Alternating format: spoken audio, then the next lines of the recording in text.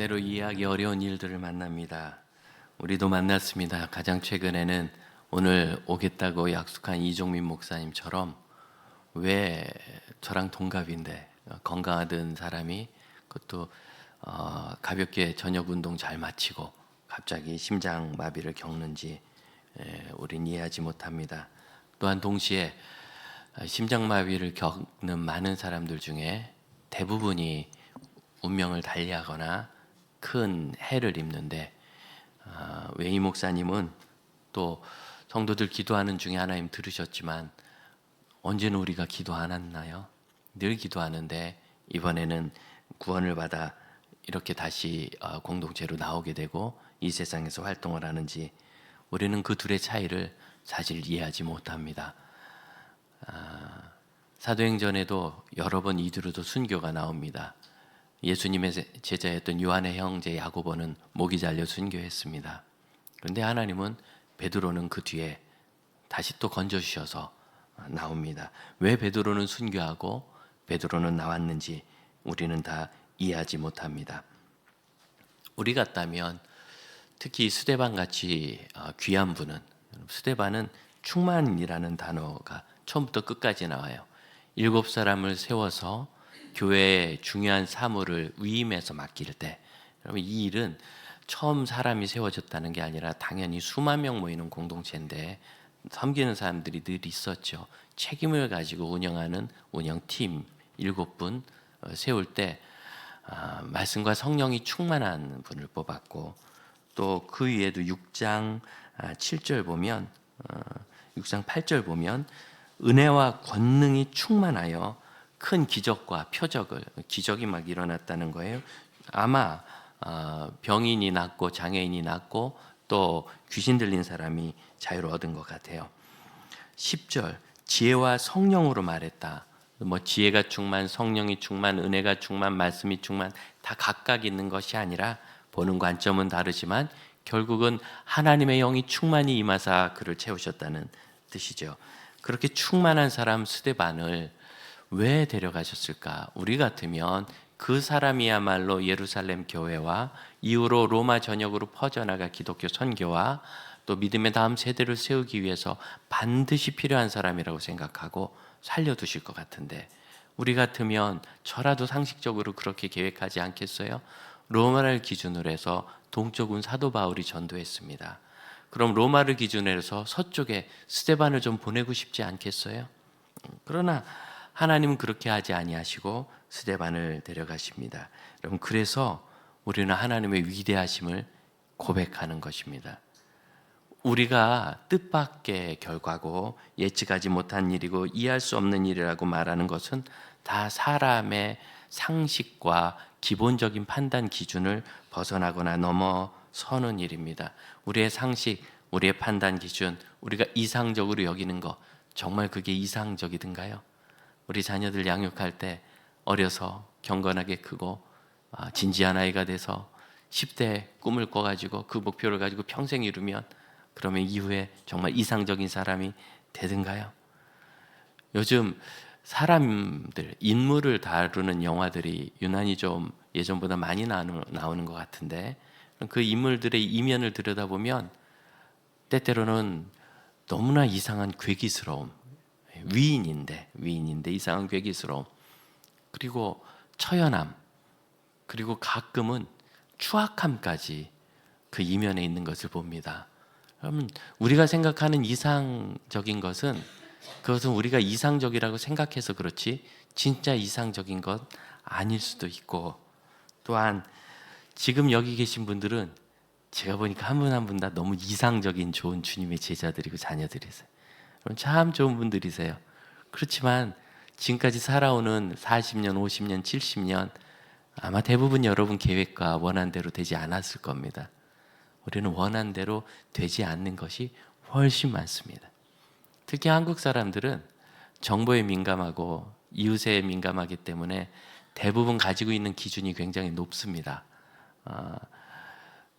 예를 들어서 어느 나라나 중산층이라 그러면 가운데 있는 제일 많은 70%의 인구를 얘기하는데, 우리는 70% 안에 속한 모든 사람들이 자기를 누구도 중산층이라고 생각하지 않고 그 밑에라고 생각합니다.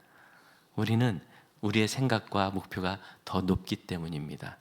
그래서 90점 맞았더니 왜 100점 못 맞았냐 하고 100점 맞았더니 다음에도 100점 맞게 잘하라 그랬다는 이러한 우스운 것 같지만 실제로 우리가 겪었던 일이 우리에게 있는 것은 우리가 이상적이라고 생각하는 것이 사실 그렇게 이상적이지 않기 때문이며 우리의 삶이 그렇게 된다고 더 이상적인 사람이 되는 것도 아니기 때문입니다.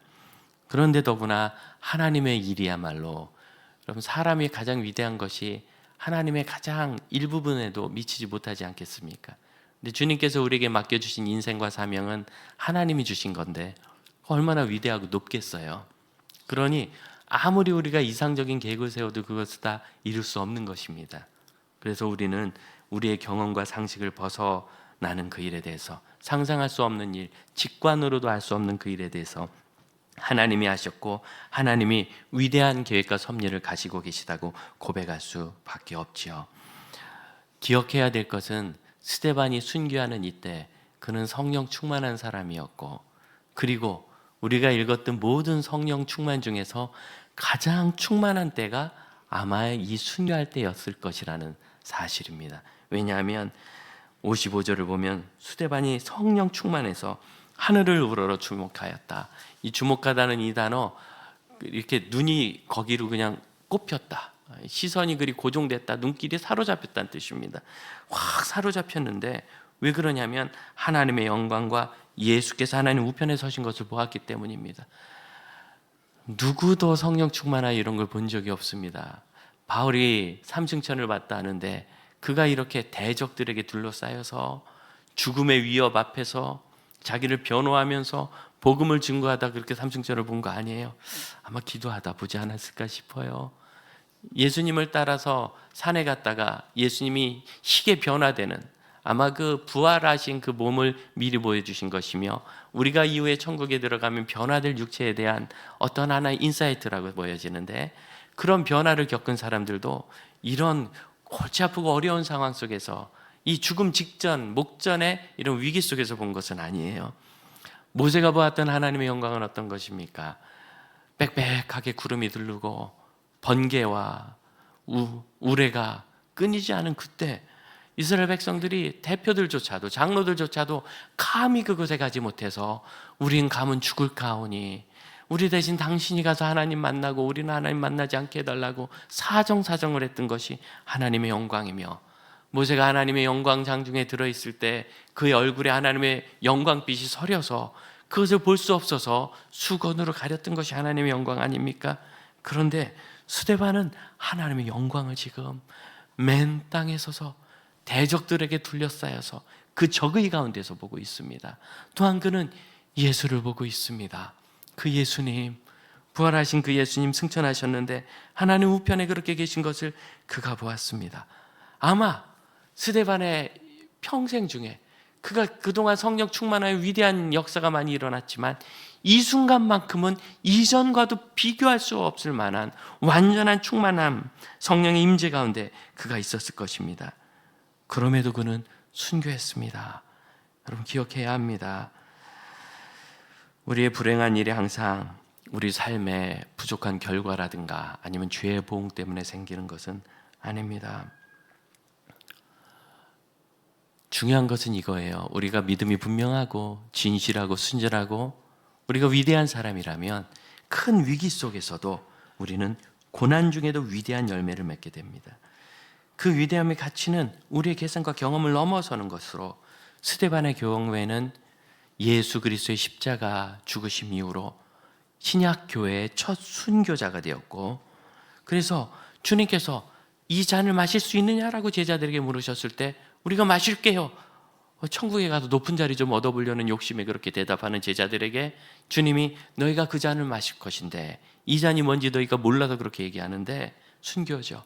이 잔을 너희가 마실 것인데 천국에 있는 그 높은 자리는 아버지께서 그렇게 보셔서 주실 것이라. 하지만 너희는 잔을 마실 것이라. 그 첫 잔을 그때 제가 마실게요 대답도 안 했던 스데반이 마셔서 여러분 그 뒤로 도마도 순교하고 마가도 순교했겠지만 그들의 순교 이야기는 우리가 몰라요.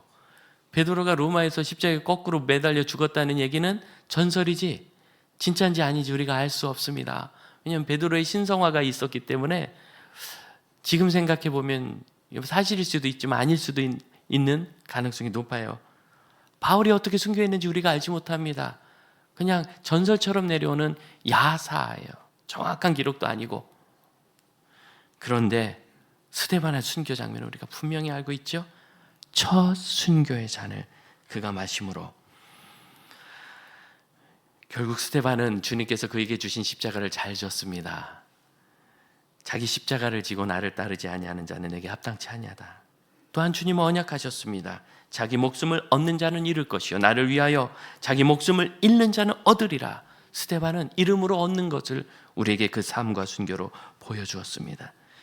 성령 충만은 스데반의 그 십자가의 사명, 순교라는 사명을 이루게 한 거예요. 순교라는 말 자체가 가져오는 무게가 있어서 우리가 두렵지요. 근데 여러분 가만 생각해 보세요. 내가 순교할 수 있을까? 이런 생각은 해봐야 소용도 없어요. 그런 일이 안 생길 거니까. 그런데 굳이 여러분 생각한다면 이거 생각해 보면 돼요. 우리가 지금까지 예수님 진실로 만난 이후로 그게 5년 전이든 10년 전이든 50년 전이든 그때부터 우리 삶을 다 주님께 맡기고 드리고 살아오지 않았습니까? 제가 목사라서 그런 것이 아니라 여기 있는 우리 믿음의 선배들 다 그러셨고 이렇게 섬기는 모든 분들이 그렇게 하셨습니다. 여러분 이것은 예수 모르는 사람은 이해할 수 없는 삶이에요. 그러나 예수 아는 사람은 당연할 뿐만 아니라 좀 더 헌신하고 좀 더 주님께만 매달리고 싶고 드리고 싶고 함께하고 싶은 삶 아닙니까? 우리가 평생을 그렇게 두려우는 거예요. 근데 여러분 순교라는 것은 결국 이 세상을 떠나 천국에 들어가는 한 방식 중에 하나인데 찰나예요. 내 평생 40년을 드렸는데 찰나를 주님께 못 드리겠어요. 죽음이라는 거 저도 겪어보지 않아서 모르겠는데 이따 이종민 목사 한번 물어보세요. 혹시 겪어봤냐고. 그런데 겪어보지 않아서 우리가 몰라서 그렇지만 이종민 목사는 5번이나 죽었는데 의학적으로 강제로 깨운 거잖아요. 심장이 섰는데 5번이나. 그러니까 죽음을 넘어갔다 온 거예요. 물어보세요. 갈만하더냐? 여러분 그 찰나입니다. 우리가 80년도 드리고 내 평생 살아있는 영원히 주님께 드릴 건데 영원히 산다면 영원을 드릴 건데 그 찰나를 드리는 것이 제가 보기엔 여러분 그렇게 어렵지 않을 거예요. 다만 우리가 어려서부터 듣던 거 뭐예요? 죽음은 끝장이다. 죽음은 이제 없다. 죽음은 무섭다. 죽음 공포스럽다. 겪어보지 않은 것을 굉장히 무섭게 들었으니까 그렇지만 정작 죽음을 경험한 분, 옆에서 지켜가신 분, 여러분 임종을 보지 못한 분도 여기 많이 계시잖아요.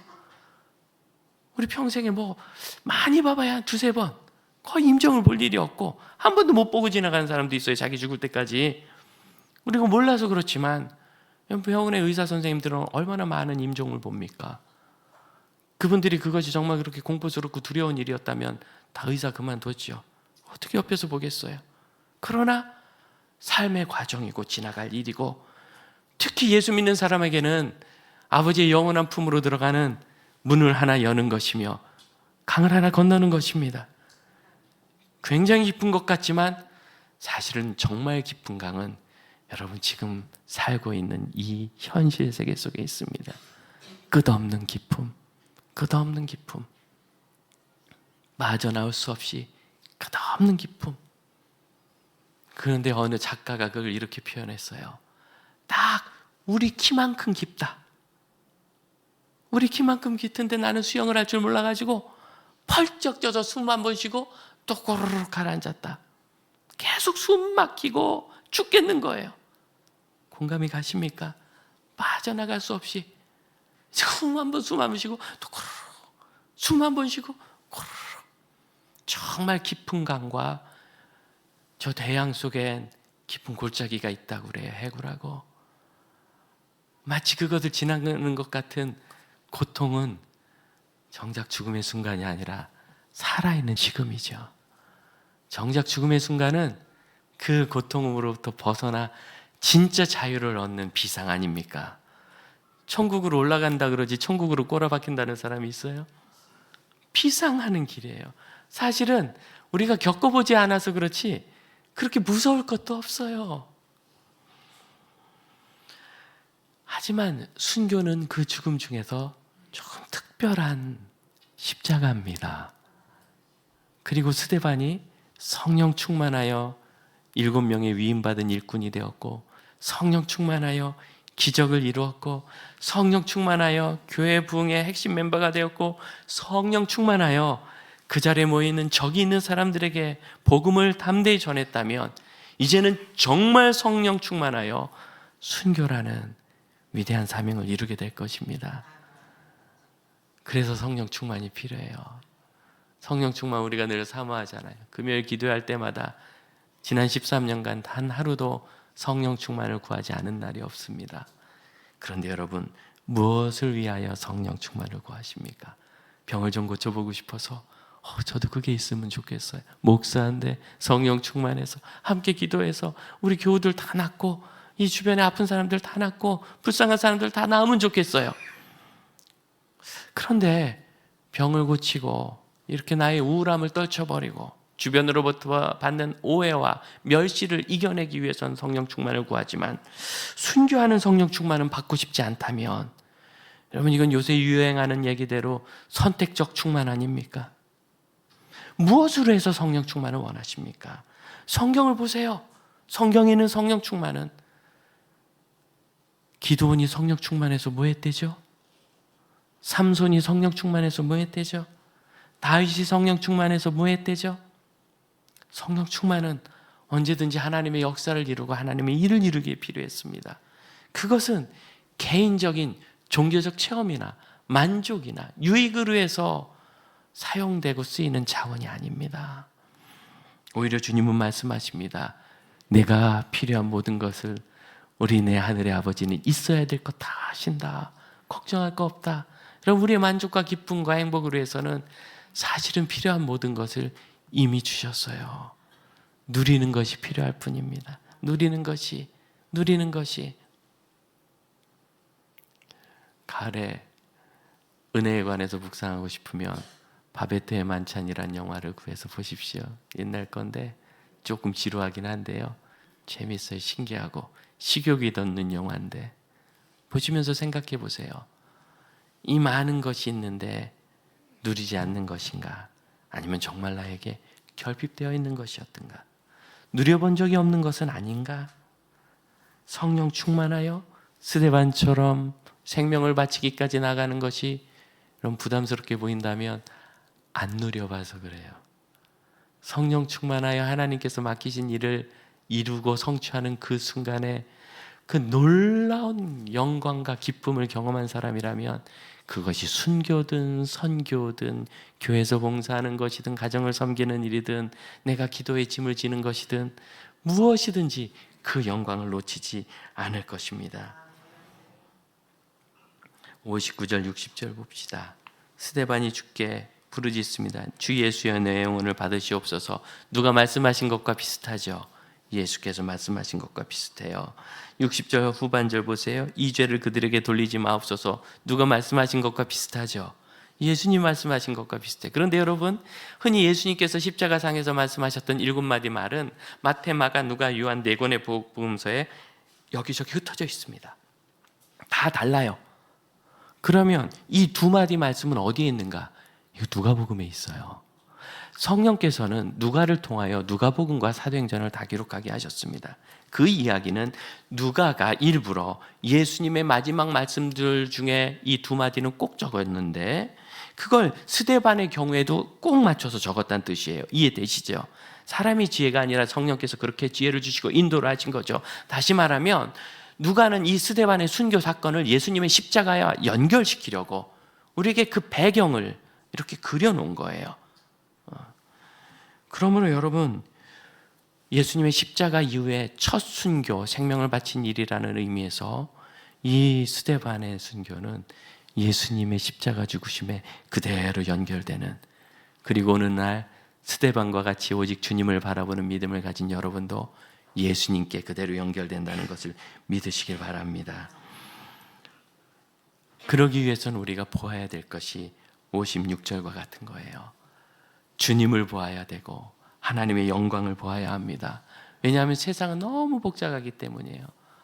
사실 올 가을에 성지순례를 제가 꼭 가야 되겠다 계획을 해서 5월, 6월에는 굉장히 구체적으로 업체도 좀 알아보고 노회에도 11월에 성지순례 계획이 있는데 우리 장로님들이 만류하셔서 감사합니다 하고 안 가면서 우리 교회가 가면 좋겠다.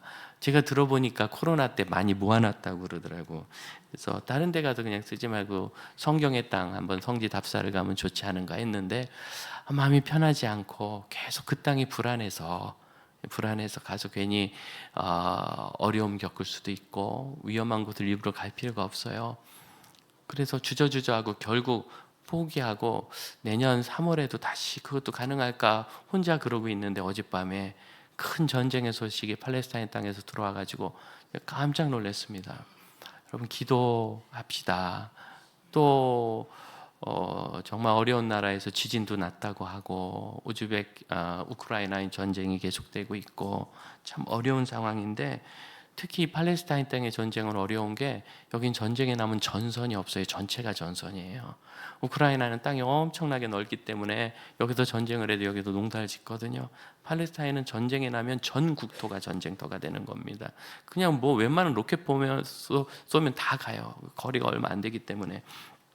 그리고 묘하게 이 팔레스타인 사람들이 사는 곳과 이스라엘 사람들이 사는 곳은 이렇게 한 덩어리로 마주 보는 게 아니라 좁고 길게 이렇게 들어 있어요.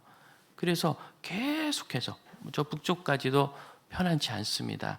굉장히 위험하고 어려운 상황이라 참 걱정도 되고 아마 지금도 성지 답사를 가 있는 팀들이 있을 텐데 그 성도들의 안전도 많이 걱정되고 그렇습니다. 참 위험하지 않습니까? 여러분 이 세상은 이런 위험과 죄와 문제가 계속해서 반복돼요. 없었던 때가 없어요. 그렇다면 여기서 필요한 것은 우리가 그때 어떻게 해야 하는가? 그죠? 그 사람들은 57절 보십시오. 큰 소리를 지르며 귀를 막고 일제히 그에게 달려들어. 이게 세상이에요. 스데반이 잘못해서 그런 것도 아니고 여러분이 잘못해서 세상이 교회를 이해해 주지 않는 것도 아니고 교회가 큰 잘못을 해서 그런 것도 아니에요. 물론 참 이상한 뉴스가 계속 나와서 저도 목사로서 낯이 부끄럽고 얼굴이 붉어지고 어디 가서 쉽게 목사라 얘기하기 어려울 것 같지만 저는 합니다. 왜냐하면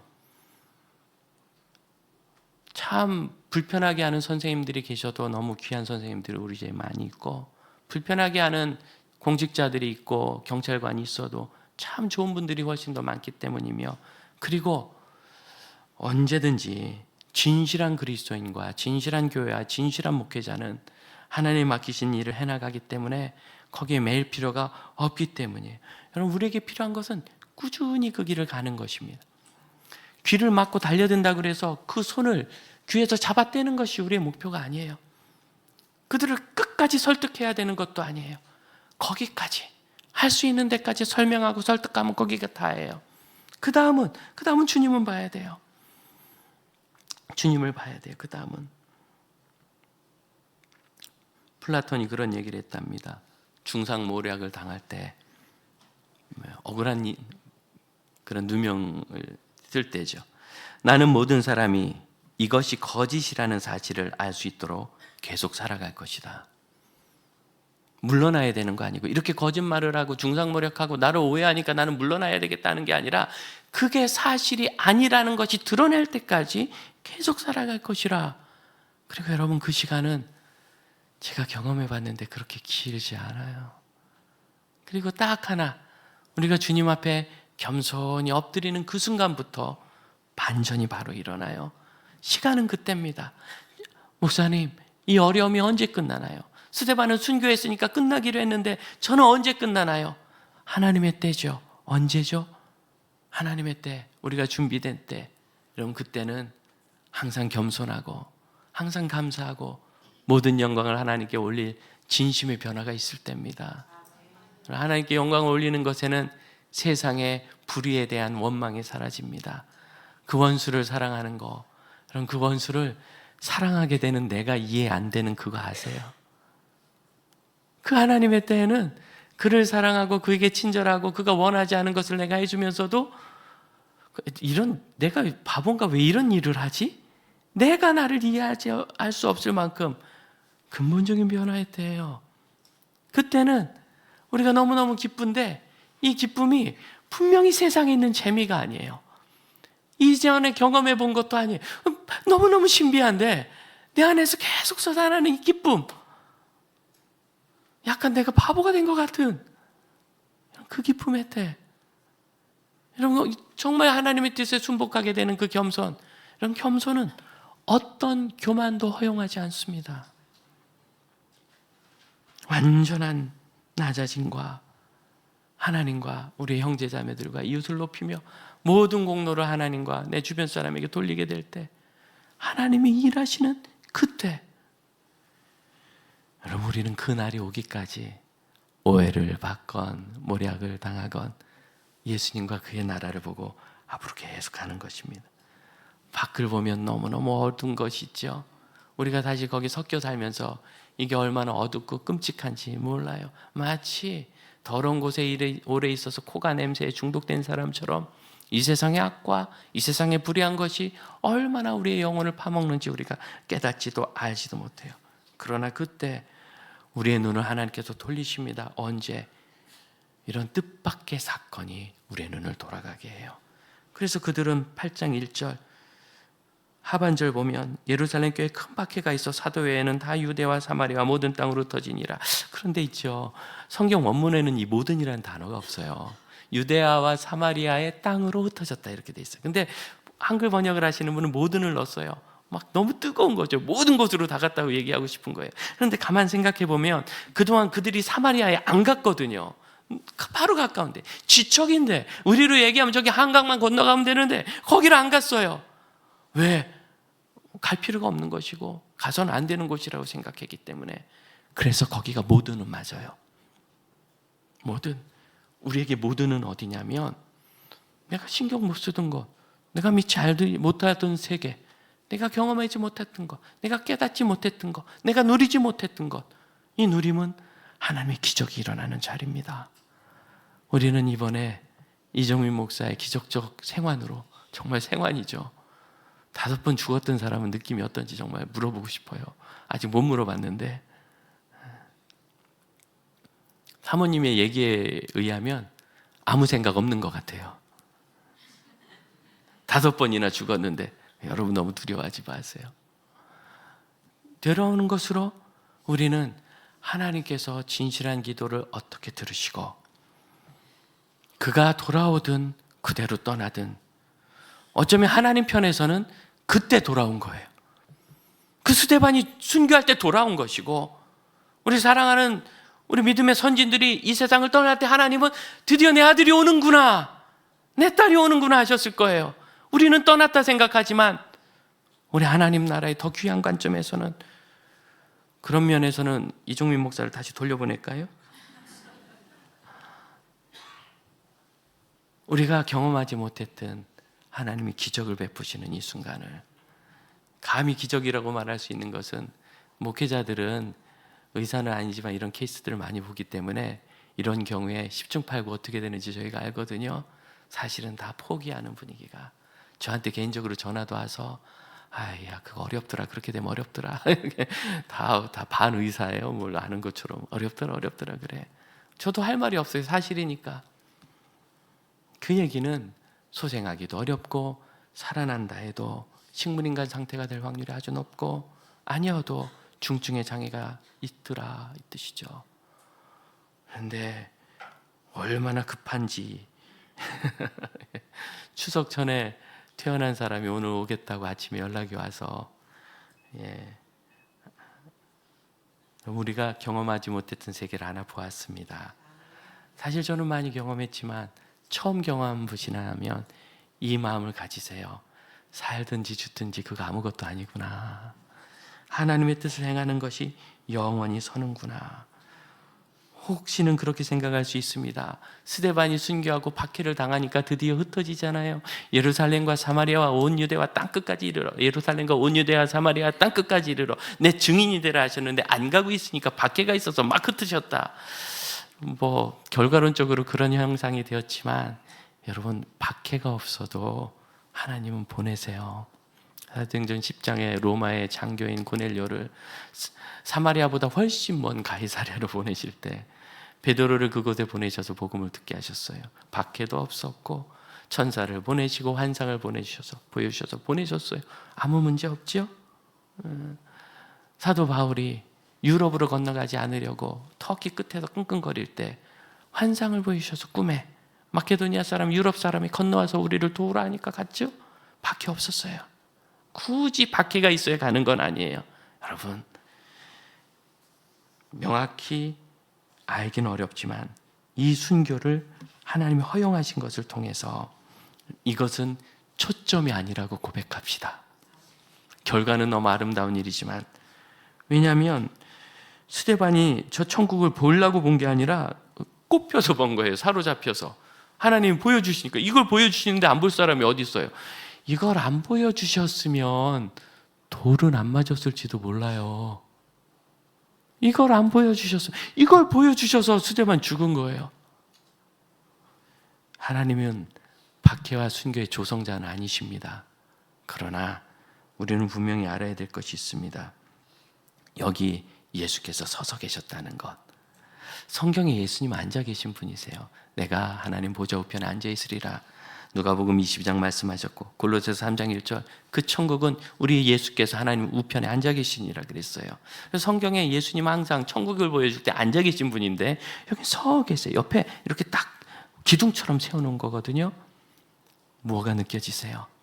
스데반을 격려하시고 사랑하시고 안아주시고 그의 길을 열어주시는, 스데반처럼 삽시다.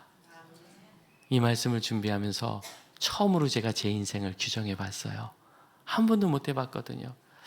삶은 이런 거다라고 얘기하는 사람들은 과연 무엇을 깨달았을까? 드디어 삶은 그 길을 열심히 가는 거구나. 하나님 맡기신 그 길을 가는 거구나. 제 자신에 대해서 규정한 거예요. 그리고 절 그거 이름도 붙였어요. 스데바니즘. 우리가 볼 수 있는 많은 것들이 있지만 귀를 막고 달려드는 사람들과 그 저기에 찬 얼굴들과 분노, 억울함, 나의 실패, 시체 같은 좀비 같은 것들이 나를 둘러싸고 있을지라도 우린 그 속에서 빛을 보고 살아야 합니다. 예수 그리스도를 보아야 합니다. 예수님이 오신 이유는 나를 보라고. 스데반, 딴 데 보지 마. 나를 봐. 나를 봐. 겁먹지 말고 나를 봐. 나를. 예수께서 서서 나를 보라고. 그러므로 여러분, 이것이 큰 슬픔이었지만 또한 우리 삶에는 이것보다 더한 일까지도 늘 있다는 것을, 죽는 것보다 더한 일을 우리가 겪었잖아요. 더한 일이 있어요. 늘 있다는 것을 이해하고, 굳이 죄 때문이라고도 얘기하지 말고 잘못 때문이라고도 얘기하지 맙시다. 내가 뭘 잘못했나 하는 것은 하나님을 두려워하는 경건입니다. 그러나 그것이 이유는 아닙니다. 늘 얘기합니다. 집사님 잘못 아니에요. 우리가 다 죄인이지만 그 죄 때문에 이런 일 생긴 건 아니에요. 더 심한 죄 짓는 사람도 이런 일 안 겪기도 해요. 세상은 원래 이런 일이 생겨요. 하나님이 우리 야단치려고 하시는 것도 아니에요. 그때 불행하고 나는 있을 수 있는 일인데 우리가 눈을 나를 위해 일어서 계신 예수님께 집중하는가, 그것을 바라보고 그 삶을 계속하는 거예요.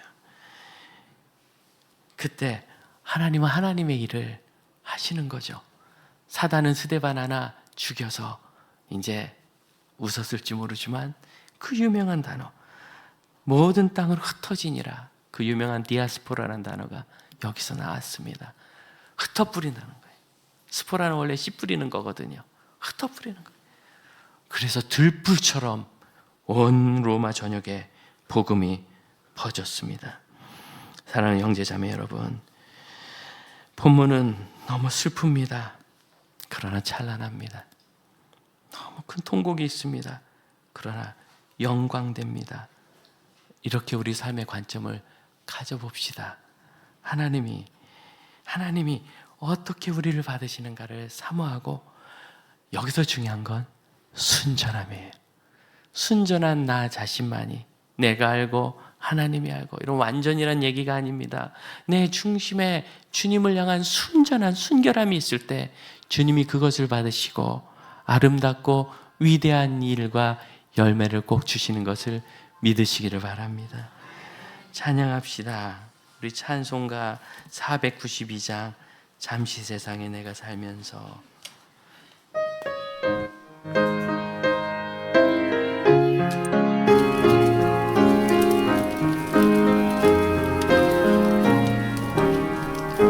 잠시 세상에 내가 살면서 항상 찬송 부르다가 날이 저물어 오라 하시면 영광 중에 나가리.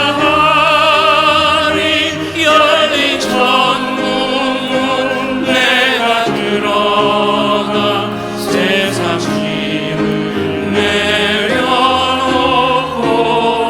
빛난 멸류관 받아 쓰고서 주와 함께 길을 나의 가는 길 멀고하며 나의 가는 길 멀고하며 사는 노고는 기뻐 고난 나의 몸 쉴 곳 없어도 복된 날이 밝아오리. 열린 천국문 내가 들어가 세상 짐을 내려놓고 빛난 멸류관 받아 쓰고서 주와 함께 길이 함께 기도합시다. 예수 바라보기를 원합니다. 하나님의 나라와 하나님의 영광을 보게 하여 주옵소서. 내 가는 길을 계속 가라. 귀를 막고 달려드는 사람이 있는 것이 세상이지만 우리가 갈 길을 계속 갑시다. 우리의 순전함이 드러나기까지 계속 갑시다. 주님만 바라보고 계속 갑시다. 함께 기도하겠습니다. 오 주님, 우리의 삶을 바로 규정하게 하여 주옵소서. 나를 보아라 아들아, 나를 보아라 딸아, 내 눈을 보아라. 내가 내 손 잡은 것을 보아라. 내가 내 길 열어놓은 것을 보아라. 주님께서 계속 가게 하시는 이 사명, 뒤로 하지 말고 길게 하며 앞으로 나가게 하여 주시고, 우리 주님께서 하시는 것을 이 시대에 세워나가게 하여 주옵소서. 언제든지 주님께서 저희와 함께 하시며 하나님의 일을 이루시는 것을 보게 하여 주시옵고, 우리 주님께서 저희를 통하여 하신 하나님 나라의 영광을 사모하며 꼭 이루어내며 주의 나라를 이루어가는 믿음의 사람들 되게 하여 주옵소서. 우리 다 같이 자리에서 일어나 4절 찬양합시다.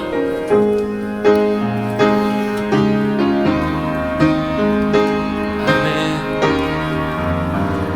한숨 가시고 주름 없는 날 사고하며 기다리 자유입니다. 내가 그리던 주를 배울 때 나의 기쁨 넘치리라.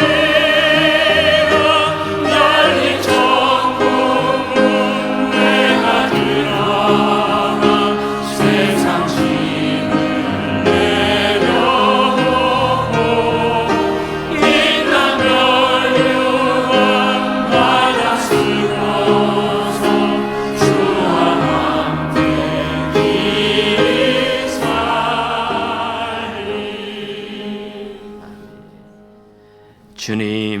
주님과 함께 사는 것이 그 요단을 건너서뿐만 아니라 지금도 여전히 시작되고 계속되어 있음을 믿습니다. 언제든지 저희를 향하여 일어서 계신 주님을 저희 마음에 영혼 중심에 보게 하여 주시고, 내 안에 들어오셔서 함께 사시는 주님 그 손잡고 살게 하시며, 언제든지 우리 주님께서 이겨내게 하시는 이 세상을 싸워서 이기는 것이 아니라 주님을 닮아 이기게 하여 주옵소서. 지금은 우리 주 예수 그리스도의 은혜와 하나님의 크신 사랑과 성령의 역사하심이 전심으로 하나님을 바라보는 믿음의 형제자매들, 그 인생 여정 위에 그 가족과 믿음의 가문 위에 하나님의 일을 위하여 계획하는 모든 사역 위에 이제로부터 영원토록 함께 하실지어다. 아멘.